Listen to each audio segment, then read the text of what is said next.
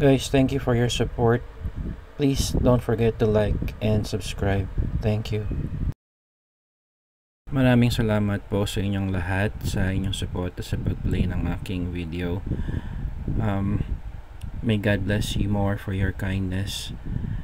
Hindi ko matutumbasan ang suporta ninyo at kabutihan ninyo. Bahala na po si Lord sa inyo.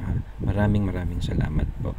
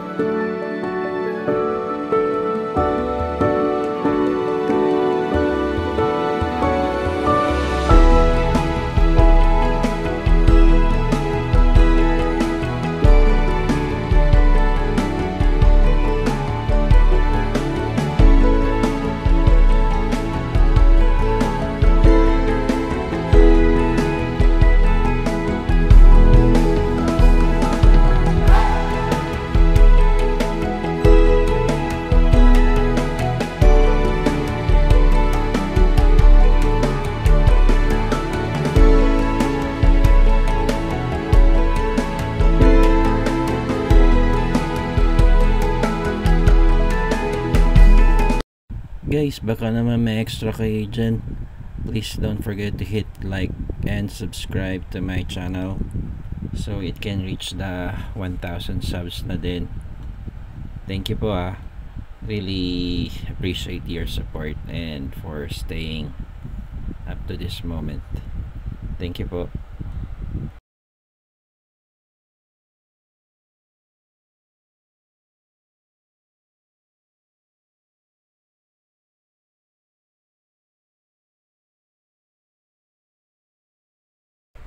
Um, 200 watch hours pa lang po ako. Malayo pa po ako sa 4,000 watch hours. Kaya sana matulungan niyo po ako. Salamat pa ng marami ulit. Shout out everyone.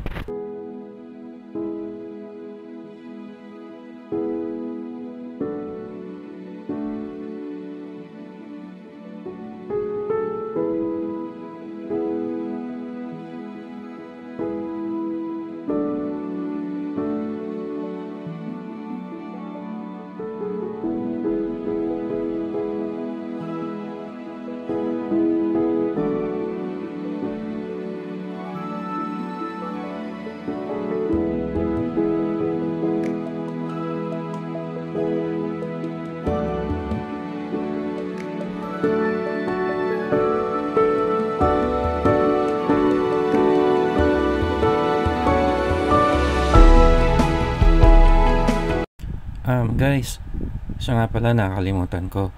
Please also, if you can visit the Easy Garden Triangle, please like and subscribe if you're interested in gardening and you are also a plantito or plantita. Please visit the Easy Garden Triangle. You will learn a lot from that channel too. Thank you po.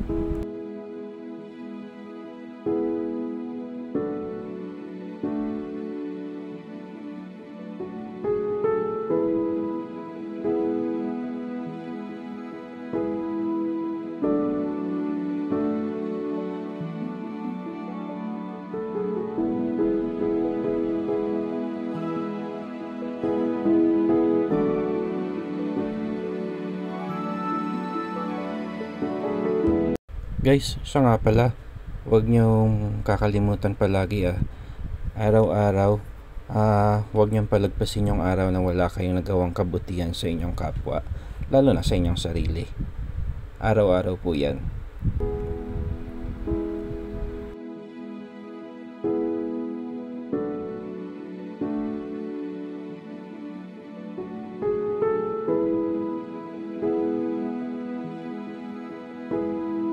Saka siya nga pala, kung mga pet lovers kayo, sana naman yung mga alaga ninyo wag nyo na lang laging nakababad lang doon sa cage, kasi dapat yan nakakapamasyal din, nakakalabas din. Wag na lang kayo mag-alaga ng aso or ng pusa kung ikukulong nyo rin lang. Maglagay na lang kayo ng CCTV o kaya maglagay kayo ng bakod para hindi kayo pasukin, di ba? Kawawa naman yung mga aso, nakakulong lang, minsan hindi napapainom ng tubig, minsan lagpas na sa oras bago mapakain, 'di ba? Unfair naman 'yun sa aso. Paano kaya kung sa sunod na buhay nyo kayo naging aso? 'Di ba? So may mga kilala kayong ganyan, sabihan nyo din kasi kawawa naman yung mga aso. Minsan papabreed, pag nagkaroon ng tuta, iiwan lang sa kalsada. Yung mga pusa, tatapon lang sa basurahan. Kawawa naman, di ba? Kaya ba guys, anong tingin nyo sa ganun? Di ba? Napaka-irresponsible naman ng ganun.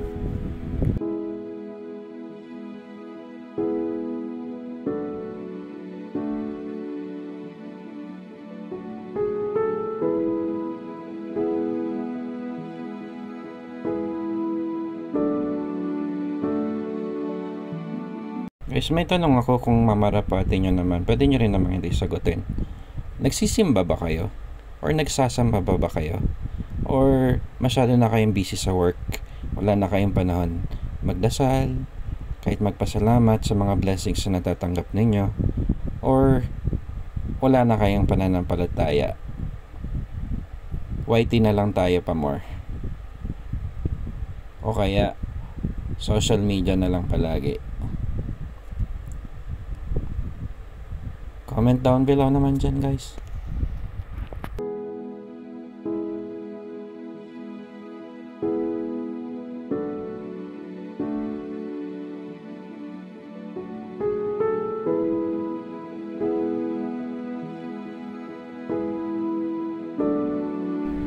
Guys, huwag niyong kalimutan, please also like and subscribe the AZ Garden Triangle, ha. You will learn a lot for gardening and everything na related sa pagtatanim. Thank you. Guys, palambing na din, please like and subscribe the AZ Vibes. It's more on road trip and cars naman. Thank you.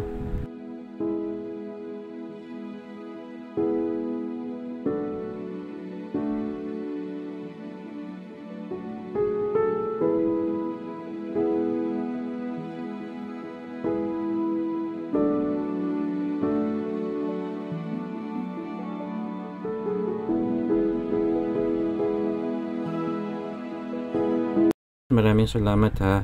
It's more than 16 minutes pero nandyan ka pa rin. Salamat talaga sa support and for everything. Hindi ko matutumbasan yung iyong kabutihan sa pag-play ng aking video. Bahala na si Lord sa'yo. Salamat po ulit, ha. God bless po.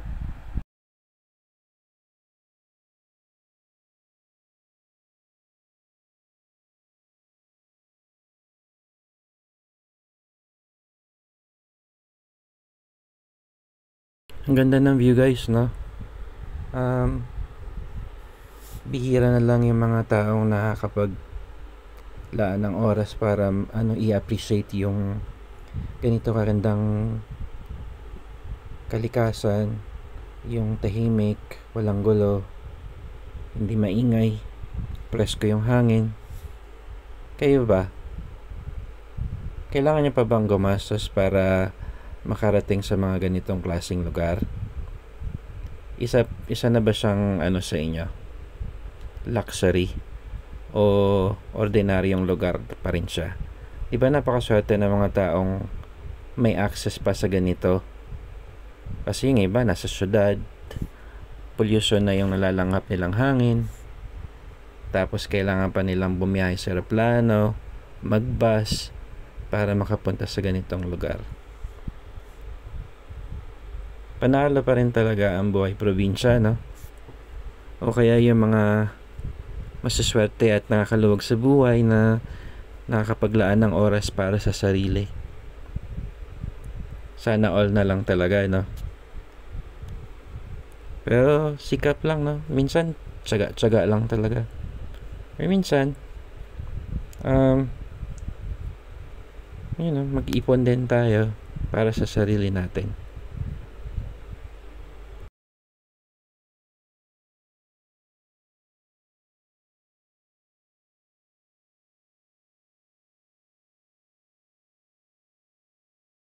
Kaya lang, minsan ang hirap talaga maging mahirap, no?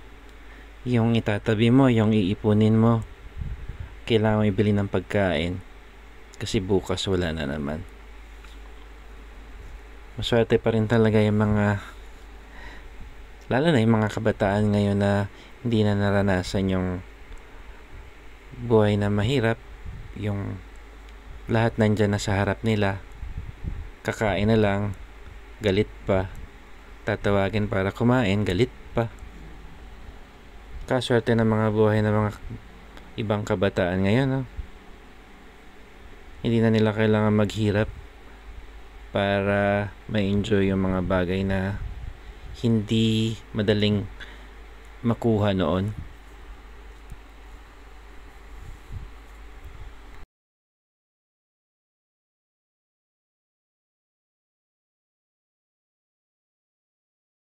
Guys, almost 20 minutes na. Maraming salamat talaga sa pagstay ninyo, ha. Saka sa pakikinig sa mga walang kwentang pinagsasabi ko.